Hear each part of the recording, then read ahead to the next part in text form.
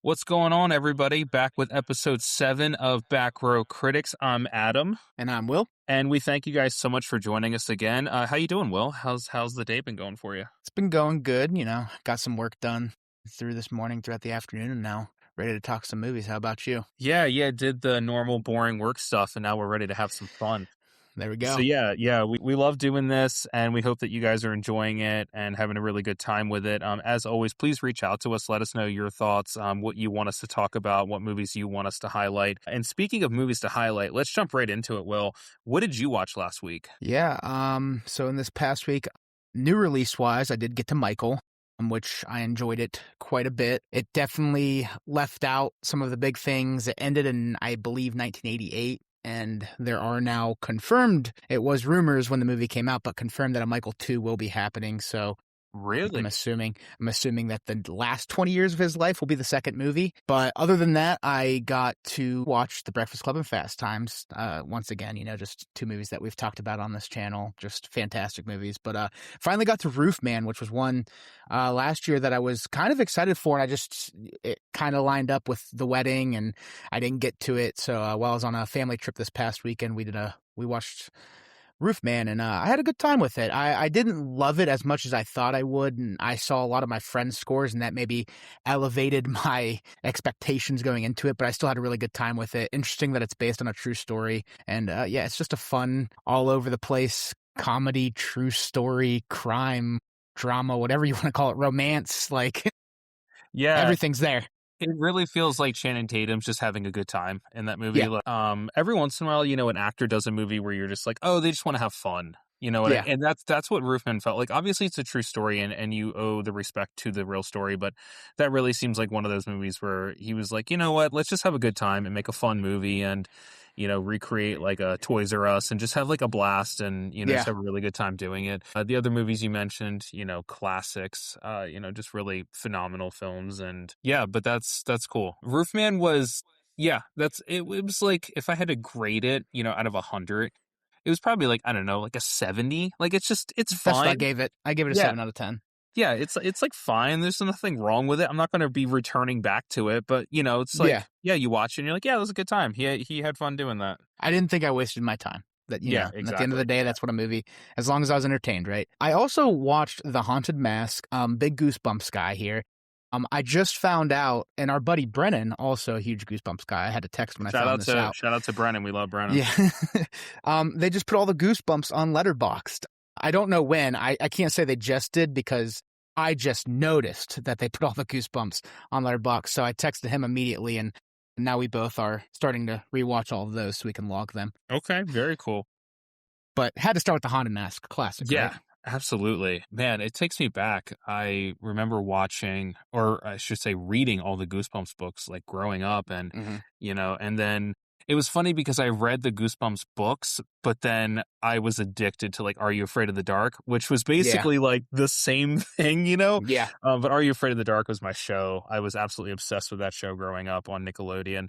And it fantastic genuinely like creeped me out. And so whether you were watching or reading, like you had all the material to scare the crap out of you as a kid. for sure. So for me, I was really excited to watch The Devil Wears Prada 2. Okay, Huge fan. The first one is an absolute comfort film for me. I've actually made the argument that it's one of Meryl Streep's best performances because, and a lot of people I think view it as a really simplistic performance, her playing Miranda, but it's uh-huh. not at all.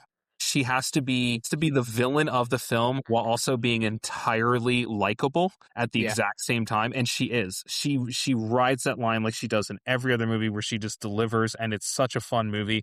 Like, Anne Hathaway is great, and Emily Blunt and Stanley Tucci, and the core four are back for the sequel, and I really enjoyed it. I had a really good time with the sequel.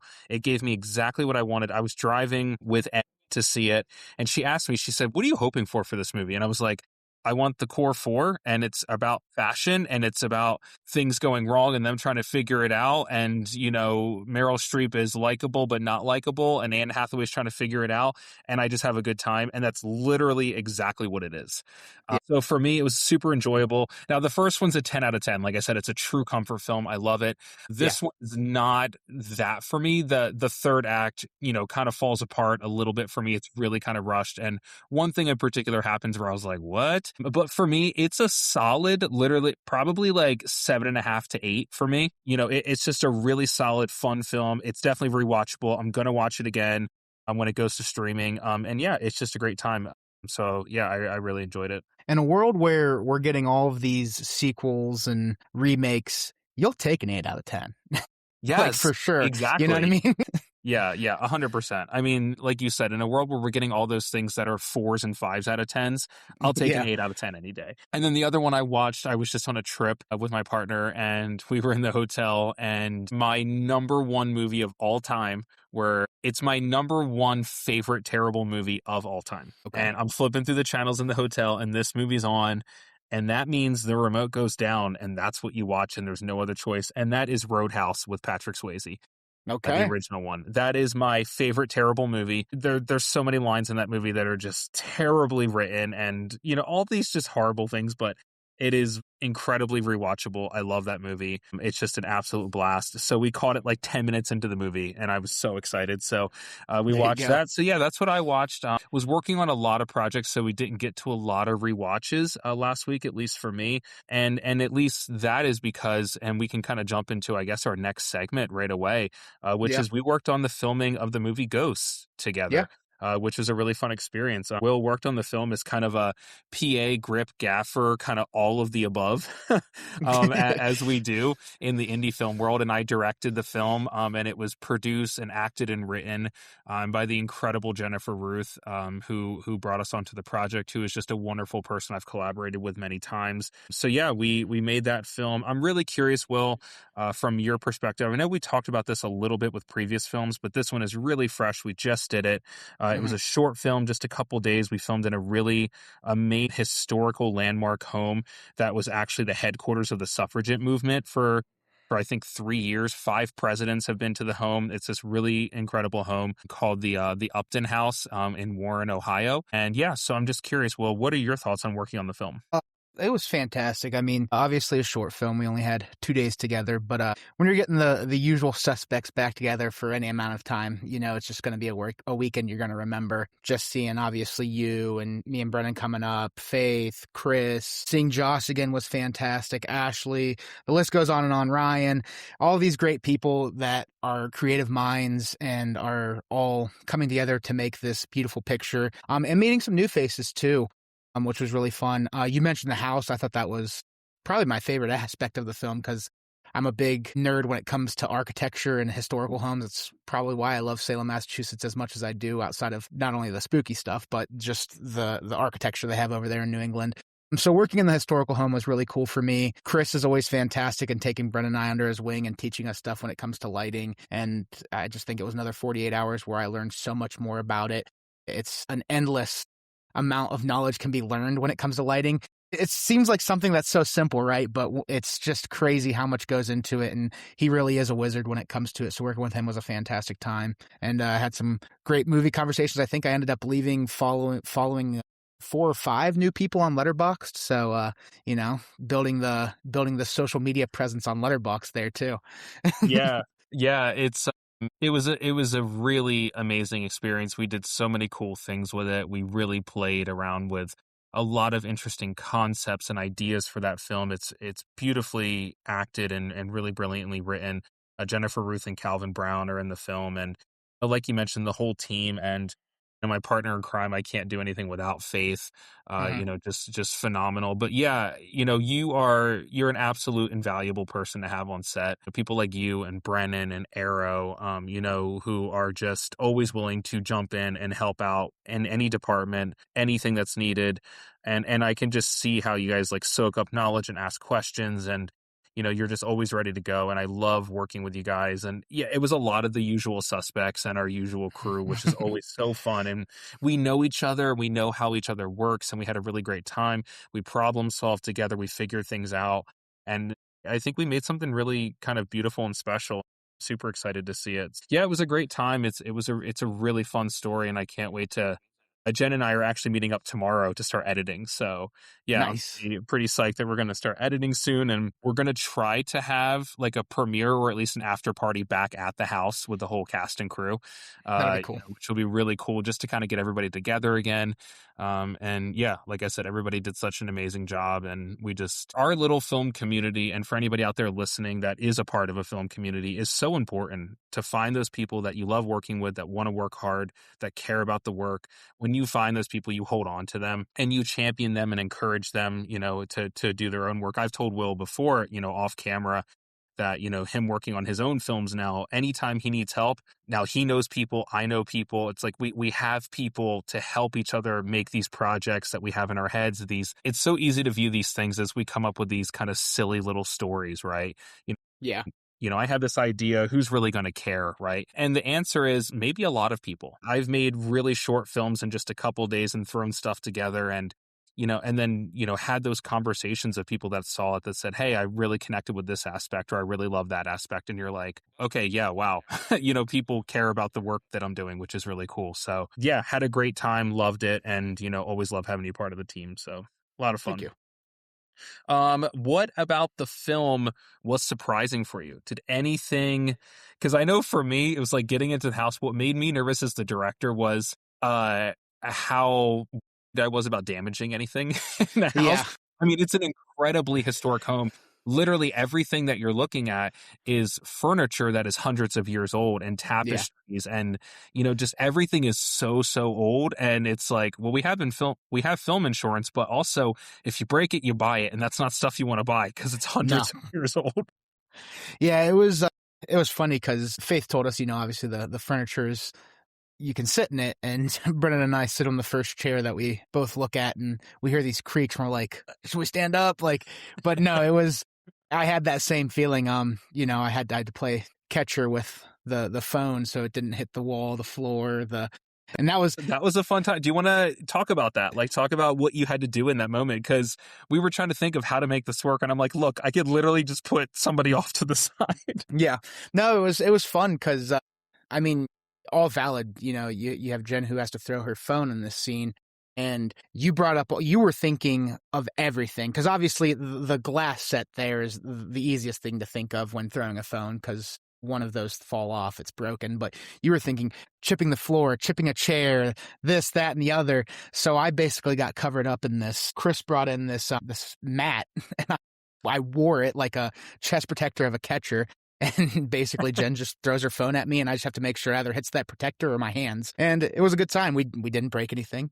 So that I think my role was fulfilled. So yeah, felt good, to be behind the plate catching again.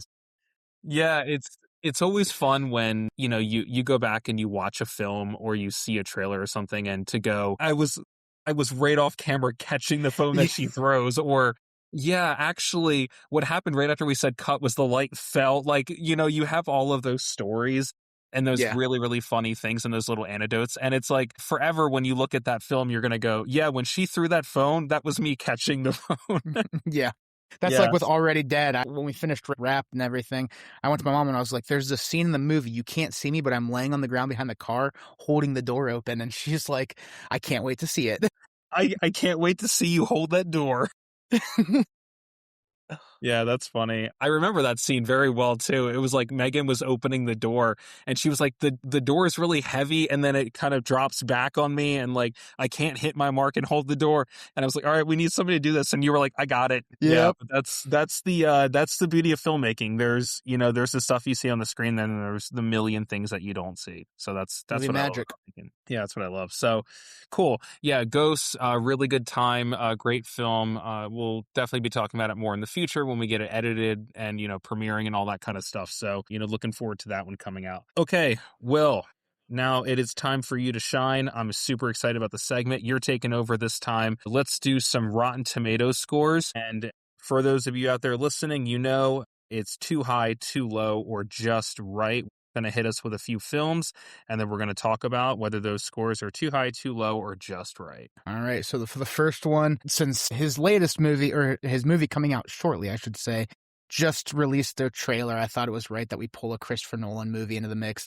And I went with one that I got too late in the game. Spoiler alert, I do adore this film. We're going to go with Memento. It has a 93%. So we'll go too high, too low, or just right. That's 93%.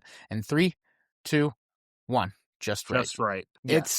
It's fantastic. Yeah. I mean, it's so hard to rate Nolan's movies because they're all so good, but this might be one of, if not my favorite Nolan films. Yeah. Yeah, 100%. I think anybody that tries to make the argument that Memento is his best film is an argument that I can listen to. For actually quite a long time, Memento was my favorite Nolan film. And it's really, really high up there. On any given day, I kind of rotate 3 of his films, which is Memento, The Dark Knight, and The Prestige. Okay. Those 3 films just kind of rotate, any given day. So Memento, I feel like a 93 is perfect. There's little, very, very super nitpicky things about the film that I would just change very minorly. But in terms of actually telling a story and the structure of the story, I have never seen anything like it. The way it absolutely boggles your mind, the way it shifts from color to black and white, and that it's not just a random choice, that it actually means something for the story, the way that you trust certain characters and then find out you can't trust them, and then don't trust certain ones and then find out you can trust them. It is just an unbelievable craftsmanship of a film. And I think it is a film that is now, the idea is often replicated and will never, ever succeed the way this film does. For sure. I think it's Guy Pearce's best performance. And I completely buy that. Yeah. Yeah, and my first watch of it was actually on a flight, and I remember watching this, and the people sitting next to me had to have been like, what is this guy watching? Because I'm pretty sure my mouth was just open the entire film, like, what the hell is going on? What is this guy I doing? absolutely loved it. I think I've watched it 2 or 3 times at this point, and yeah, it's still so good even on a rewatch. Even when you know what's going to happen, it's just so well made. Yeah, I agree with that as well. I've probably seen the film 4 or 5 times. At this point, I know exactly what's going to happen, and it doesn't matter because it's one of those films.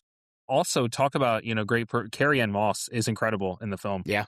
She is, you really get a sense of her character and you feel like you understand her character. And then about midway through the film, you see her character in a completely different light because of a choice that she makes. And I just think her performance is really beautiful and top notch. Yeah. So huge fan of Memento. I think 93 is right on the spot. Cool. So we'll hop over to the next one then. We've got Lost in Translation, which comes in with a 95%. Okay. So 95% too high, too low, or just right. 3, 2, 1, too high. Just right. Just right. Okay. You want to go first? You want me to go first?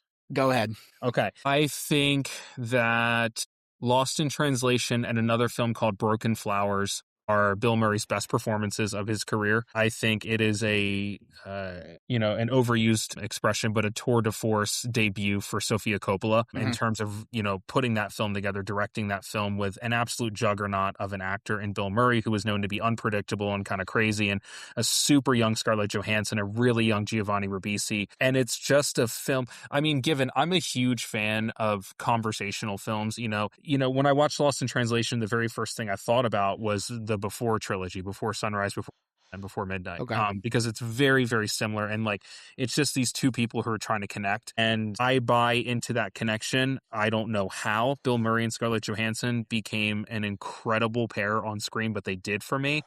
I think it's really, really fun when it needs to be fun. I think it's very serious when it needs to be serious. And the ending of the film is an absolute chef's kiss to me when he walks up to her and whispers in her ear, and her face while he's doing it, and how they look at each other and how they embrace each other, and then they part from each other. It gives me chills even talking about it. I think that Sofia Coppola, from the craftsmanship standpoint, and then the actors, it's just a really beautifully put together film. The setting, the city, it's another character in the film. I love the film, and I think 95 is just right for Bill Murray giving maybe the best performance of his career. There's a lot that I agree with you there. This movie, when I say too high, I didn't hate it. I'd still probably give it a 7.5 or an 8 out of 10. It's just a little high for me. I also got to this movie, once again, another one I got too late. I watched this a couple years ago. I do agree. I think this is Bill Murray's, one of his best performances, if not his best. And I think Coppola did a fantastic job directing this movie. I just think from a story standpoint, I didn't love it. I think that it kind of dragged at moments for me. And just the age gap kind of was weird to me sometimes, but it really is a beautiful film. I agree with what you said in the setting. I think the setting of Tokyo was like fantastic. Yeah, love the setting. And they did a really good job at capturing it. I can totally get behind the idea of that it is a character in the movie, like you said. This is honestly one that it's funny we're talking about it now. I've been thinking about revisiting to see if maybe I like it more on a second watch. So maybe I will. But, I mean, I definitely will at some point. It's not a movie that I'll never not watch again in my life. But currently where I'm sitting on my one watch, I'd say too high. Yeah, something I want to kind of touch on what you said is I've heard it a lot about the age gap between them. But what I think Coppola does, which is really brilliant, is there is never any sexual relationship between them. You know, it's an extremely intimate, emotional connection. And but I absolutely get what you're saying. It really does. Like when you're first watching, you're like, really? These two? Yeah. I think that's also part of maybe the intention behind it, of people who seemingly have absolutely nothing to do with each other bonding and connecting over their loneliness and isolation that they're feeling. For me, it really spoke to the idea that there is no monetary amount or age gap or age limit or a life experience that can make up for loneliness and isolation. And that's what the film really speaks to for me. And I think if they would have went the route of them waking up in bed together, you know, after sleeping together, maybe the next morning or something, the film would have completely lost me. It would have totally lost me. But That's I think really kind of riding that really intimate emotional relationship, but also a platonic relationship, is part of what makes it such a home run for me. For sure. I can get that. So we can hop over to our third one. A random pull. Okay. I don't know why this popped in my mind. How I came up with these is I just shuffled the films I've watched on Letterboxd and just picked 5 from the first 20 that populated. So we got Marley and Me. Okay. So a movie made from a book. You know, we have that time and time again. This one, the reason I know that one is I remember reading this in elementary school and it making me cry just as much as this movie does.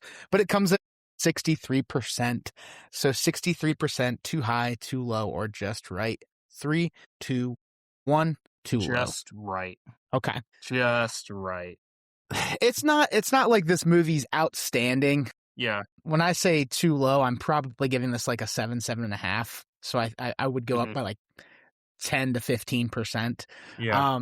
It's just, I feel like this movie has a lot of nostalgia for me, and I maybe overrated a little bit because of that, but I love Aniston and Owen Wilson in just about everything I watch either of them in. 2 of just my favorite comedic actors to ever do it. And then you've just got a dog story about this dog that's the worst dog ever, but that never stops them from loving him full-heartedly. And you see this family grow, and then you just get your heart broken because that's what dogs do. They love you for 10 to 15 years, and then they become your biggest heartbreak ever. And the last time I watched this, I watched it as a dog owner, and I think it hit even harder. And I constantly tell Loki and Norman that one day you guys are going to be one of my greatest heartbreaks.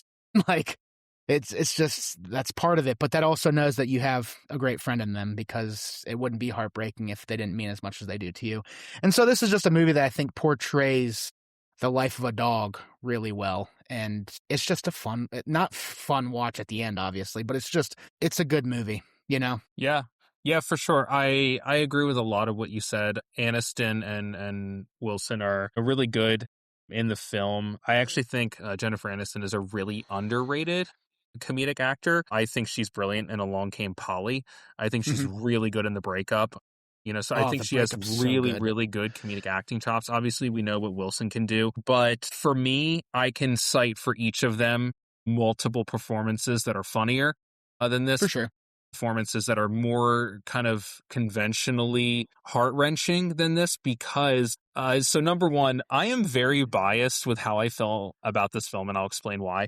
Because the first trailer I remember before I saw this movie, it feels like just a super lighthearted, family-friendly, romantic comedy film about happiness and love and joy and family and dogs and yay. And then it is devastatingly Yes, it like, is. and I was like, "You jerks! Like, this is not okay." I thought that the marketing and the trailers were extremely misleading, and I was really like kind of caught off guard. I remember I was just like, "Wait, this is so sad. What is happening?" So that kind of miffed me because I was just like, "This is incredibly misleading marketing," which I'm really not a fan of. But I can find a lot of other performances that I like more from them, that are funnier, and kind of all the things for me. I think a 63 is fine because it has the built-in heartbreak.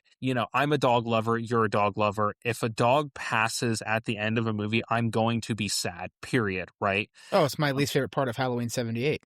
Yes, absolutely. It's awful. I can't even with that one. But yeah, no, absolutely. And I feel like it rests on that a lot, and I just seen better performances from them. So for me, a 63 is fine because it's not a movie that I revisit because I don't want to have that feeling like I had at That's the end of fair. the movie, like over Doesn't and have over. does not have very high replay value. No, no, it does not. Who wants to cry as hard as they can today? Yeah. Did you read the book before watching the movie? No, I did not. Okay, so you went into it and that heartbreak was like Yeah. so I had, this came out in '08, and I actually read the book in school in '07. And the oh, reason okay. I remember that is because I had just lost my grandma when we were reading the book. And Jeez. so that just, when you can Layers of timestamp heartbreak. something, it just becomes unforgettable. Yeah. But yeah, so I wasn't blindsided by the ending. That would probably be a lot to, especially because you're right. The trailer I remember being like incredibly upbeat and like Yeah, it's fun. dog love, like Yeah. I was like, all right, cool, I'm in. totally fair. We can hop over to our fourth one. Okay. We're gonna go to the animated side of movies, and All we're gonna right. go with Coraline. This one comes in with a 91%.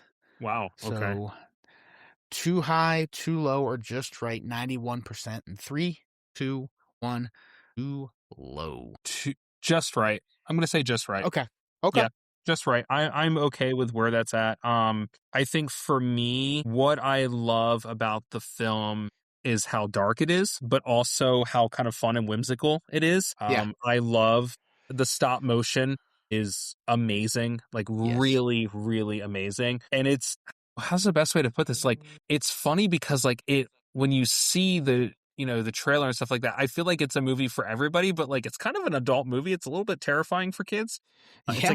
It's like a terrifying death trap for kids. But for me, I think it's a really wonderful film. The interesting thing about it is, and I don't know why, but it's not the most rewatchable movie for me. I think I've seen it twice and I've really enjoyed it. Like I said, I agree that it's just right. I give it an A, if you're looking at a scale. It's a beautiful movie about mean people, right? But the stop motion is fantastic. It's super dark. It's fun. It's just a beautifully, constructed film, but it's not a film that I am constantly saying to people like, hey, do you want to watch Coraline? Hey, do you want to watch Coraline? Like, it's just not a super revisited film by me, but the craftsmanship is absolutely top notch and undeniable. Yeah. For me, this one is like one I want to say just right because it probably is 9 out of 10, but I tend to overrate it a little bit just because the nostalgia for it. This did come out. I believe it came out in February, so I would have been 9, not quite 10 years old when this came out. And then as soon as it hit DVD and physical release, I remember my family going out and getting it because not only did I love it, but my brothers and sisters were big fans of it. So this is a movie that I've probably seen like 50 to 100 times because Wow. it Okay. lived in the camper. So when we went on camping trips, it was one of the like 5 movies in rotation.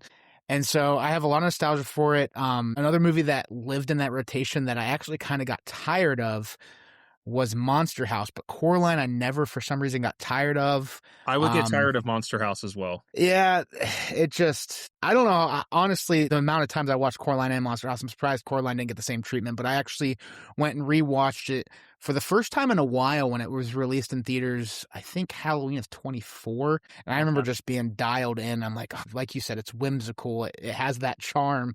We love using that word here.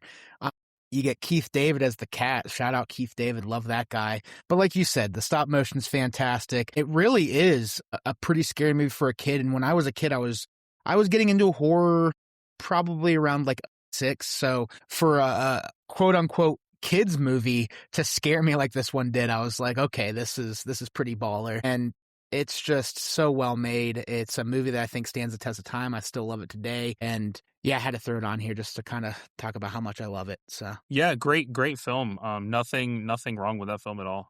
all right, then we'll hop over to the fifth one. This is as you can tell, I picked a lot of movies I love here. So for the fifth one, we got Rudy. This one Okay. comes in at an 80%.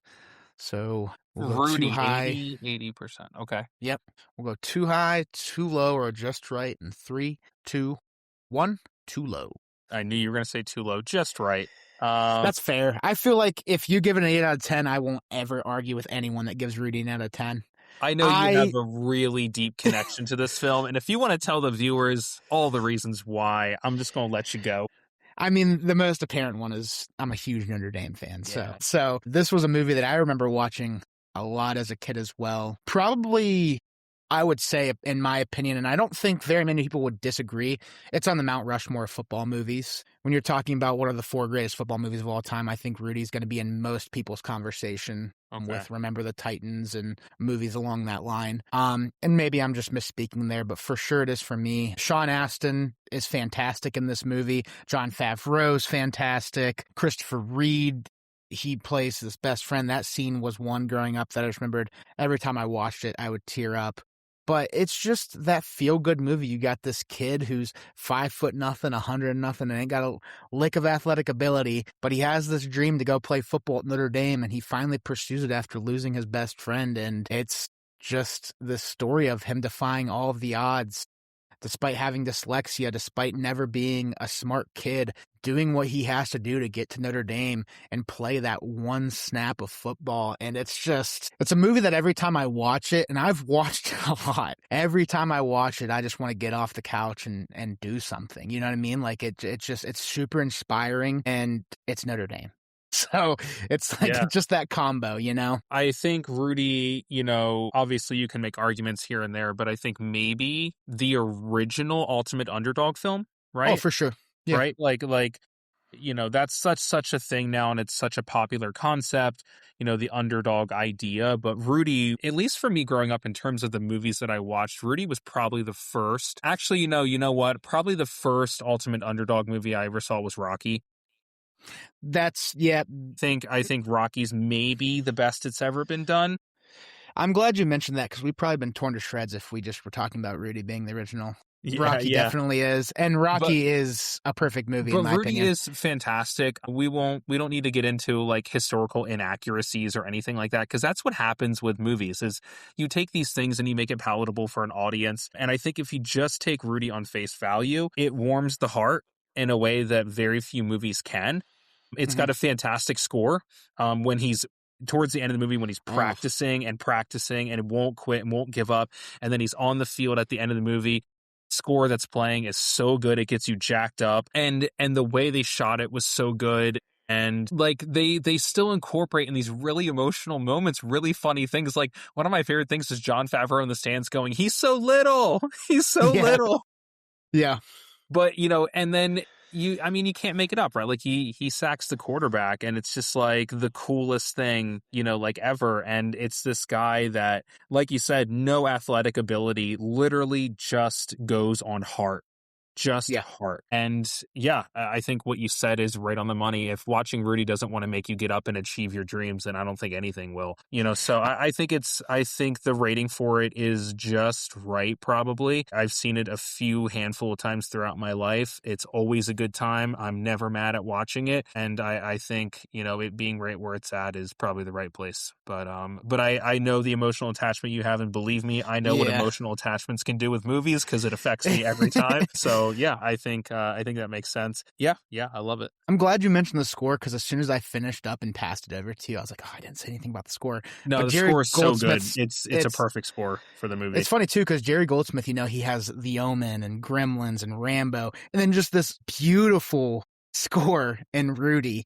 Yeah. And I love all the scores in those other movies, but they're definitely, a little different vibe. But it's funny because when Notre Dame was going on their playoff run a couple of years ago before getting to the championship and falling short, I listened to the Rudy score on my car ride home from work every game day. And it would just get me in the mood, ready to watch the game. It's so beautiful. And in college, I actually took a music class and we had to do a presentation on a film score that meant something to us. And I did a presentation on Jerry Goldsmith's score from Rudy, which is crazy because anybody that knows me knows the movies I've loved and John Williams and knows that I do love film score as well. And I picked his, like that just goes to show that, it was something that I could talk about and it has that emotional attachment to me. As soon as one of those songs plays from that movie, I Yeah. can't hear anything else, Yeah. Yeah, it's got a really great score. The movie is just like Rudy. It's all heart. It's all heart, and Yeah. you're all in on it. And yeah, so I totally get that. And I think those are 5 great pools. Love them. Love them. All right. So I'm going to say, let's do a couple sequel superior. It's a segment we Okay. started last episode. So we'll just do a couple and then we'll hop into hot takes of the week and our movie of the week. So Cool. we'll just do a couple here. Maybe let's start with Nolan's. Have you seen Nolan's Batman movies? Yeah. Yep. Okay, so let's do Batman Begins versus The Dark Knight. Now, I know it's a trilogy, but a lot of these movies go on to add others and make others. And all. We talked about Toy Story and Toy Story 2, obviously. So Batman Begins versus The Dark Knight. And we're going to go, which one is superior? Batman Begins or The Dark Knight? And we're going to go in 3, 2, 1. The Dark Knight. The Dark Knight. I'm going to start on this one if that's okay, because I know you love The Dark Knight. Part of me wants to say Batman Begins just because The Dark Knight is fantastic, but Batman Begins probably has more nostalgia for me. But at the end of the day, The Dark Knight, it's one of the greatest superhero movies ever made. Is there any arguing that? Heath Ledger's performance. It's funny because it's not even the superhero that does it for me, not taking away from what Christian Bale did, because I think he is a great Batman, but he's probably my 3rd favorite Batman if there's a little preview to hot takes, I guess. I have 2 Batmans ahead of Bale, but Heath Ledger is the Dark Knight. His performance as the Joker is probably the greatest performance of all time playing a villain in a superhero movie. And when I say probably, nothing is popping in my head immediately to take that away from him. I love Willem Dafoe's Green Goblin, but I still think Heath Ledger, he did his thing in that movie. He won an Oscar for it. What other superhero villain can say that? You know what I mean? And it's just unfortunate that we lost him before he could win that award, and we lost him after this movie, because I think he would have continued to go on to fantastic things even after this. But this is closer for me than I think it is for most people, but it's just, you have to give it to The Dark Knight. Yeah, I could talk about this for an hour, and we don't have that. So I think I'm going to try to sum it up pretty quickly, is that one of the greatest movie, not just comic book or whatever, one of the greatest film performances I've ever seen in my life is Heath Ledger as the Joker. It is what makes the movie a 10 out of 10. My favorite comic book scene of all time is the interrogation room scene in The Dark Knight. I think that is the greatest representation I've ever seen of a hero and their villain in one room together. Like, every single line he speaks is so demented and so twisted and also so completely truthful. And the craziest thing is watching Batman, his face, because he knows every word the Joker's saying is right. And that's the craziest thing, right? Is that, like, this insane maniacal villain is 100% accurate and truthful. When he says, like, these people need you now, but as soon as they don't, they'll toss you away. And they just think that you're a freak like me, but they need you, like, and then when he says, like, I'm not a monster, I'm just ahead of the curve. Yeah. And then when, of course, I love so much, and I think people underrate this moment where Batman's punching him and the Joker's just laughing, and he Yeah. says, like, there is nothing you can do to me. Like, that line is so brilliant of him saying, like, there is nothing you can do to me. Like, you can't beat it out of me like you're used to. You can't threaten it out of me. I'm not afraid of you. And the Batman says, then why would you want to kill me? And the Joker says, like, kill you? What would I do without you? Like, I just think Yeah. it's just the best scene ever. And also the truck flip scene is one of Yeah. the coolest things I've ever seen in a movie theater. I was watching The Dark Knight with my buddy Ryan, and we're in the theaters, and when that truck flips, him and I were literally hitting each other. We were just like, what? Like, it's just incredible to watch, and I think Nolan puts together an absolute masterpiece. And if Heath Ledger wasn't in that movie, Batman Begins would probably be the superior film. But because Ledger's in it, here we are. I can 100% get down with that line you Yeah. just closed with. I think Batman Begins is fantastic and kind of underrated at times just because it's overshadowed by the one that comes after. And if Heath Ledger's not in it, I can totally I think I like Bale more in Batman Begins. Yeah, I do So, too. I actually totally agree with that. I think his Bruce Wayne is really good in Batman Begins. Very, I very think complicated. Bale gets worse as the trilogy goes on, in my 100%. opinion. 100% agree. Hey, let's jump in. Let's do maybe one more, actually. We'll keep this short because we got to keep this moving. Cool. And the viewers are super excited about our movie of the week. Obviously, our listeners want to hear what we got coming. We got a good one coming, guys. All right, let's do Home Alone versus Home Alone 2. Ooh. Yeah, Home Alone versus Home Alone 2. And this one is a tough one. And for real lovers of that franchise, if you don't think it's tough, I just don't know if you're paying attention to anything. So we're going to do Home Alone versus Home Alone 2. Which one is the superior, Will? Is it the original or the sequel? And we're going to say give me. Oh, you need a minute? Oh, I need a minute. Okay, listeners, this is a first. Will genuinely looks like he is struggling over there. So I'm going to give you guys a little bit of a commercial break right now while Will is thinking. For all of you out there that need help cleaning your floors, buy this product that will sponsor us in a future episode. I don't know. Will, are you ready to go? Let's run it. Let's run it. Okay, Home I'm gonna Alone go with versus how I'm Home feeling Alone 2. today. Which one is superior in 3, 2, 1? Home Alone 2. Home Alone 2. So the first one owns the nostalgic factor. It owns the heart. Yeah. Catherine O'Hara, I think, delivers the more superior performance in the first one. It's super fun. It's just a great time. But the house and the traps in the sequel are so much better. And then on top of that, you have Tim Curry and Rob Schneider delivering some of the best performances of their entire career. For me, I laugh harder in the second one. The house and the booby traps are better in the second one. I love the atmosphere of New York City in the second one. I think New York is done really well. And for me, it's really close. Like Home Alone, if it's a 9.5, then Home Alone 2 is a 10. They're literally right there next to each other. But for me, on this any given day, Home Alone 2 is the superior. Whenever somebody asks me what's your top 5 Christmas movies, I almost lump Home Alone 1 and 2 as one. I say just Home Alone 1 and 2 because, like you said, it's that close. The first one, like you said, it definitely has nostalgia. You get the home, you get introduction to the characters, you get Catherine O'Hara fighting her way back home, and she gets met at the same time as her family, even though she goes with the polka group, and John Candy helping them out. But it's New York for me. That second movie, I love the lady in the park, and that's not to take away from the guy with the shovel in the first movie. I think he's fantastic as well. But Marley. What is it? The South Bend, the South Bend Slayer. Yeah, something like that. Yeah. But the lady in the park, you get the ending with the doves, which is fantastic too. I love the setting of the toy shop, and the relationship that we get with Kevin Duncan's toy shop. Yep, that we get with Kevin in the store clerk, Mr. Duncan himself, I'm pretty sure. And then you get some, like you said, the booby traps and the hotel, and Rob Schneider and Tim Curry. You get a reintroduction to I'm going to give you the town of 3 to get you no good. You get all of that again, which is fun. you get the brick scene, like the brick scene, which, by the One of the way, funniest things I've ever seen in my life is the brick throwing. we got to agree that most of these traps in the first two movies would kill the average person, but a brick from the top story definitely would. But it's just, it's so iconic. The accuracy of the brick to Marv's forehead each time Yeah. is just like, you love Yeah, it, you know? and what you said, Brenda Fricker as the pigeon lady is Yes. fantastic, and she's full of heart. And what I love is at the end of both of those movies, you have these incredibly heartfelt moments. Not and it's not even with his family; it's with these strangers that he's met.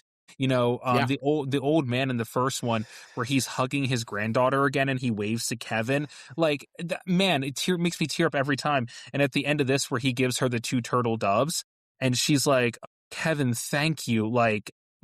There's so much heart, and then that score starts playing. I mean, Yeah. it's phenomenal. And I just think, yeah, like you said, like the sequel, New York City, it's done so well. The traps. I mean, it's one of the very few sequels that for me, it's like, how can the first one be almost a 10 out of 10 and the second one be better? It's just, I mean, everything came together, and both of those films are phenomenal. We watch them every holiday. I love them. But for me, the second one just edges out the first a little bit. I love too how both of those heartfelt scenes are interrupted by like a scream. Like the first one's, Kevin, what did you do to my room? And the Yeah. second And one's, then Kevin, how did you spend this much money on? yeah, Yeah. $987. Yeah. Which today would be Kevin, $4,000. you spent 2.7 million. Yeah. Like, Yeah, except one thing I've always said is, I was like, look, a hotel that messes up that bad, there would be no bill. There would be no bill. They would just for wipe that sure. bill away. For sure. But yeah. And then you get the magic too is the Mr. Duncan donating all of those presents Yeah. too, which is just an added layer to it, you Yeah, know? love it. Okay, let's jump over to our hot take of the week. Will, what do you got for us? So for me, I had to dip into the stats on Letterboxd a little bit to talk about mine. Let me pull it up real quick here. So I went to the stats to see like, okay, what movie do I underrate or overrate a little bit too much? And one that caught my eye on the rated lower than average. And I kind of just came up with this hot take in that not only do I like the remake of Speak No Evil more, I think the original is a very, very poor film that just never locked me in. I gave it a 2 out of 10 and gave the remake an 8 out of 10. Wow, that big of a gap. Yeah. So that's my Okay, hot take. and I know that no, there's a lot like, of people that probably feel that they like the American version yeah, better with James McAvoy because James McAvoy was fantastic in it. yeah, But I don't know if there's that many people that have that type of gap to them. yeah.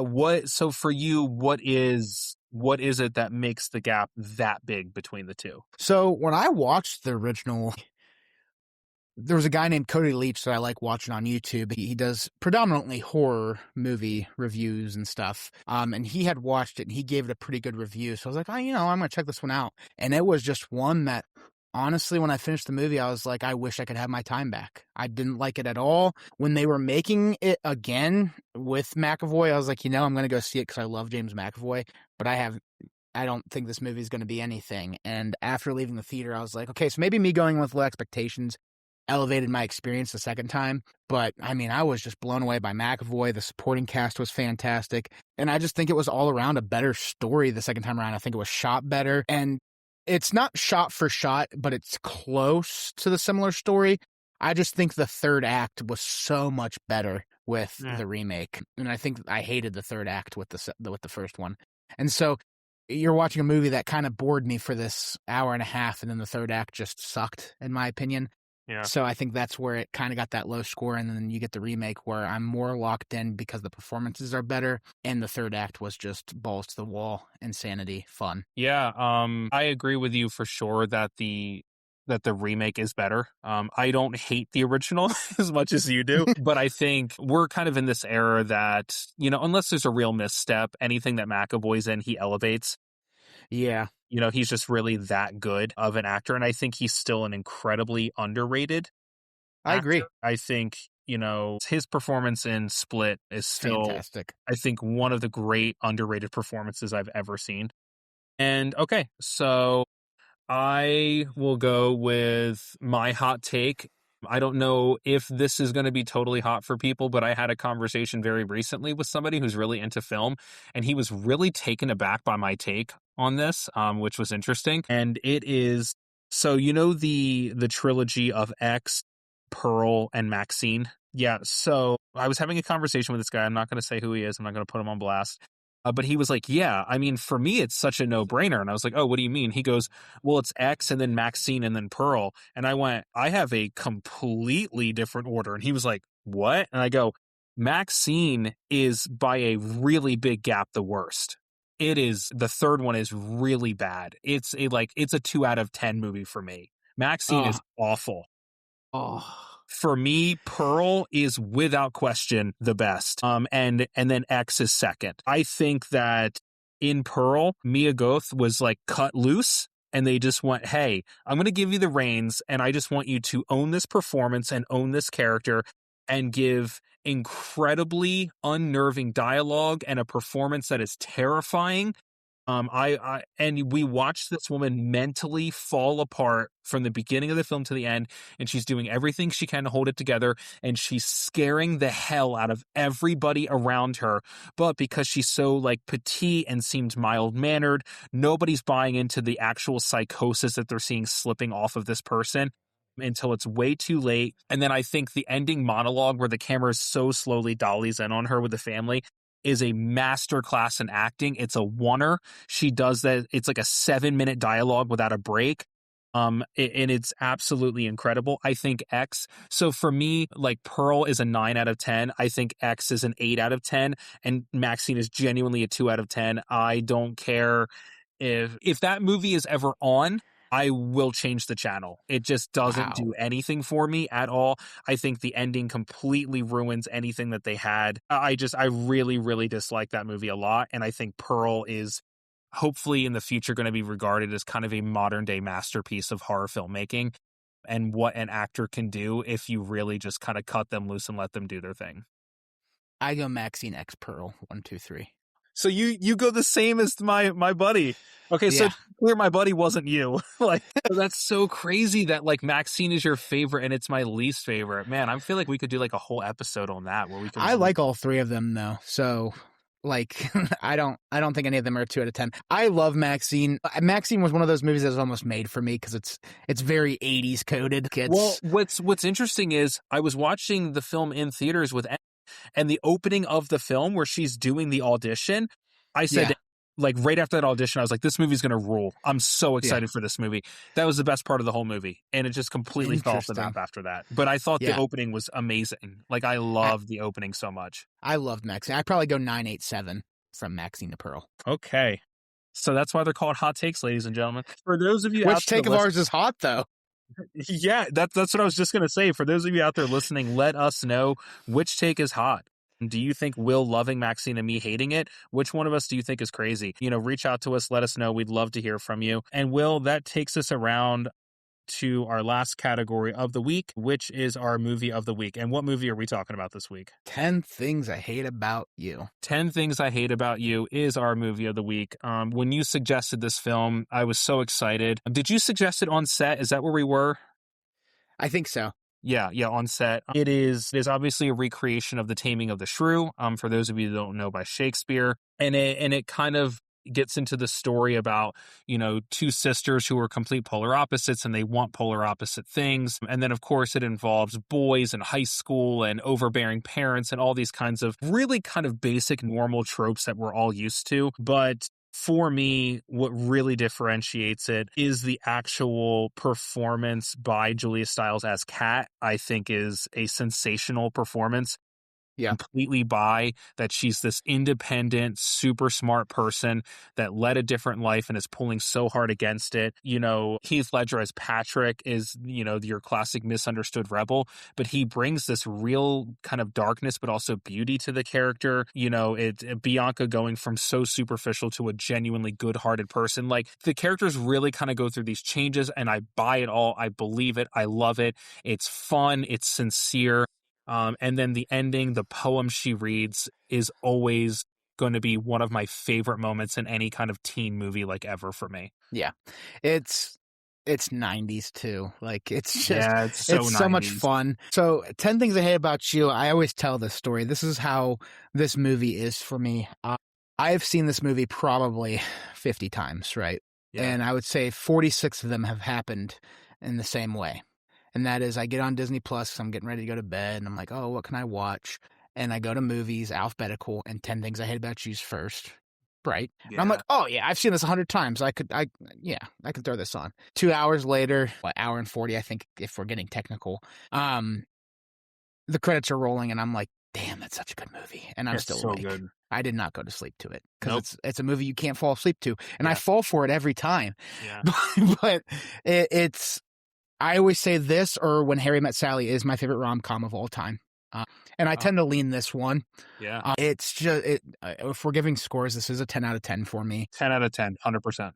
Yeah. You mentioned it. Julia Stiles is fantastic. Heath Ledger, I'm glad we talked about him in The Dark Knight because I think this movie is kind of an underrated performance of his. You got Joseph Gordon-Levitt, you got David Krumholtz, Andrew Keegan, Larissa Olanik, Gabrielle Union. Like, you've got a loaded cast for this just teen rom-com. Larry Miller, even as Mr. Stratford, just a guy that's not talked about. He's that, overbearing father, and I think he plays his role so well and provides a lot of comedy, Yeah. And you mentioned the scene with, obviously, the poem. Obviously, that's the scene in this film. But you get a lot of iconic scenes in this one, from the running through the bleachers singing Can't Take My Eyes Off of You. So good. Her getting him out of detention with the Flash, then them, the paintball scene. Yeah, paddleboarding in the river, then to the paintball scene where you get the first kiss. It's such a good movie. You've got different guys going after the same girl, but one's being pawned, and it's for a rom-com, it's really in depth too. Like, I feel like it's just one that has a lot of moving parts. It's fun to follow, and it never gets old. I think it's just a movie that has endless replay value. A movie that I've seen 50 times, and I'll probably watch 50 more times before I die. Yeah, something that I talk about a lot, I agree with everything you just said. Something I talk about a lot is they do not drag out Julia Stiles at the end doing the poem. I think it's a perfect length of time. Every single word she says in that poem, it sums up the whole movie. It sums up the relationship. It sums up how she feels. It sums up how he feels. And when I watch, if you really want to talk about a great performance, great acting, watch Julia Stiles read that poem in 10 Things I Hate About You and tell me she's not a phenomenal actor. The way she reads that and her kind of breakdown and how she looks and her body language and how she's looking at him, it's like she can't look at him and then looks at him again, and his face, that scene gets me every time. I brought it up here. The ending of the poem is, what I love is, I'm going to read this. This is the ending bit of the poem. Hate it when you make me laugh, even worse when you make me cry. I hate it when you're not around and the fact that you didn't call, but mostly I hate the way that I don't hate you, not even close, not even a little bit, not even at all. Like, it gives me chills, and that scene is such a beautiful scene, and then it's just like she can't take it, and she, like, gets out of there, and you go from, you see these tropes, like, they don't reinvent the wheel here, right? Like, it's Taming of the Shrew, and they give us so many things that we see in all the 90s teen movies that we've seen over and over. But what they do differently is they actually focus on character development. They focus on quality of acting. They focus on chemistry of the actors. They focus on the relationship building. It's not just, we're going to do this gag for laughs. We're going to do this gag for laughs. When you take out all the gags, this is a really serious movie about, like, real emotions and people being hurt. Like, and then the people that do the hurting feeling genuinely bad for the pain that they have caused. And then when you find out that Kat is not just a, quote, like, angry person, she has a reason to be angry. She used to be like Bianca, right? Like, so it's, there's so many layers. And then you watch Joseph Gordon-Levitt go from this, like, real kind of geeky loser. And I've had the conversation before that I think Bianca maybe makes the most, kind of 180 transformation. She's so airy in the beginning and so just like, okay, love you, see you later, bye. And Kat's just making fun of her. And at the end, like, she just wants to be loved like everybody else, And when she hits Joey and then knees him, what a scene in there as well. This is for hitting my date, and this is from my sister. It's so good. Yeah. And you really talked about, like, the character development's insane because not even only, like, obviously Bianca made the biggest one, but Patrick Verona, he's this bad guy. He turned softy. Same with Julia Stiles and Kat. And The dad even makes a big I know. development, like Yeah, from the 100%. start to you guys can't do anything to the ending where he's letting Cad Yes. go to the college of her dreams. Yeah. And it's, that kind of thing where you can really easily play off, the dad giving his performance early. He's really, really funny early in the movie. He's saying so many funny things, and he's just that classic dad that's basically like, "No, you're not doing that. No, be quiet. It's end of conversation." And then at the end, he sees them and he knows what they're capable of. And it's just, he's a dad and he's scared to lose his daughters because he knows they're going to go on to do amazing things. And so Yeah, he's just trying to like hold on to them because he's just a dad, he's just doing his best. And what's cool, what I love about, Ledger and Styles is when the movie ends, I still believe that Ledger's going to be kind of a brooding jerk at times. And I believe that Styles is going to be like a hard nosed, independent badass at times. But what they've found together is a real connection, and they bring out the lightness of each other. They bring out the hope and the heart of each other. And yeah, that's why they're such a good couple, and that's why they just work so well together. yeah. I showed this movie to my little sister. Shout out Juju, love you. I showed this to her while we were on vacation one year, and she loved it. And when I was finishing The Basement last year, I was watching it on my birthday, and she came over because my mom wanted to give me a birthday present, and she saw that the movie was ending. She was like, "Oh, can we watch that?" And I went, "Yep," and I restarted it after just Yeah, we finishing it. can. So about 3 hours and 20 minutes of my day was watching 10 Things I Hate About You twice. But that's what I love about it, that it's a film that you can just rewatch over and over, and you can have fun with it. And it's just an absolute blast. And something I'm going to try to incorporate maybe a little bit, we'll see how this goes, is a little bit of IMDb trivia with all of our Okay, movies of the week. So I'm just going to hit you with a couple things. Well, number cool. one, right off the bat, the entire film was shot on real locations. Not a single set was made or used for the film. I can buy that. Yeah, I can it was all 100% real buy that. homes, real high schools, real everything. The home and school stuff for sure, but even like the river paddle boating scene and the paintball, like it all just felt like they went to Yeah. an actual paintball yard and did that. You know what I mean? Yeah, real places. Heath Ledger's first American film. Wow. Yeah, American film debut. Heath Ledger beat out Josh Hartnett and Ashton Kutcher for the role. I'm glad. Yes, I'm very glad too. Not anything against either of those two, but I don't think we would have gotten what we got.